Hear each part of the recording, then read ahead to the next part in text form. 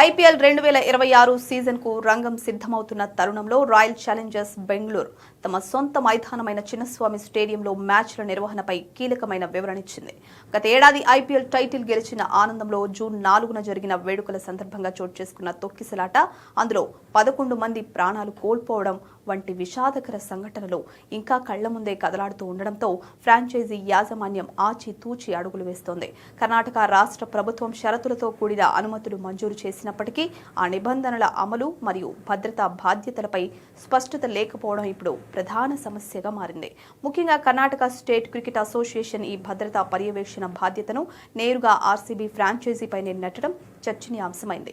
ఈ నేపథ్యంలో మాజీ పేసర్ వెంకటేష్ ప్రసాద్ వంటి ప్రముఖులు కూడా ఆర్సీబీ తన వైఖరిని త్వరగా వెల్లడించాలని సోషల్ మీడియా వేదికగా ఒత్తిడి పెంచారు.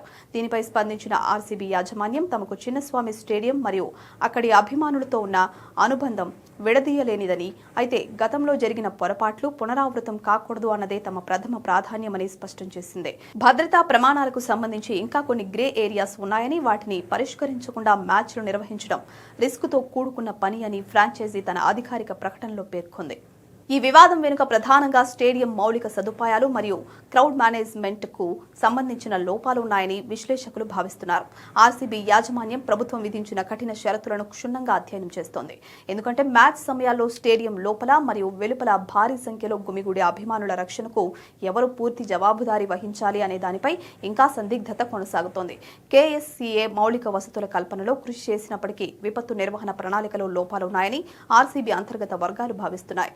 అభిమానులే తమ బలమని నమ్మే ఆర్సీబీ కేవలం లాభాల కోసం వారి ప్రాణాలను పణంగా పెట్టలేమని, ప్రతి ఒక్క అభిమానికి సురక్షితమైన వాతావరణంలో మ్యాచ్ చూసే హక్కుందని బలంగా వాదిస్తోంది. ఈ సమస్య కేవలం ఒక క్రికెట్ మ్యాచ్ నిర్వహణకు సంబంధించి మాత్రమే కాదు, ఇది ఒక అంతర్జాతీయ బ్రాండ్గా ఆర్సీబీ ప్రతిష్టకు మరియు వేలాది మంది ప్రాణాలకు సంబంధించిన అంశం.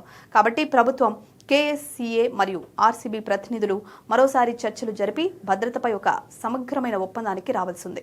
అప్పటి వరకు బెంగళూరులో ఐపీఎల్ మ్యాచ్లు జరుగుతాయా లేదా అనే ఉత్కంఠ కొనసాగుతూనే ఉంటుంది.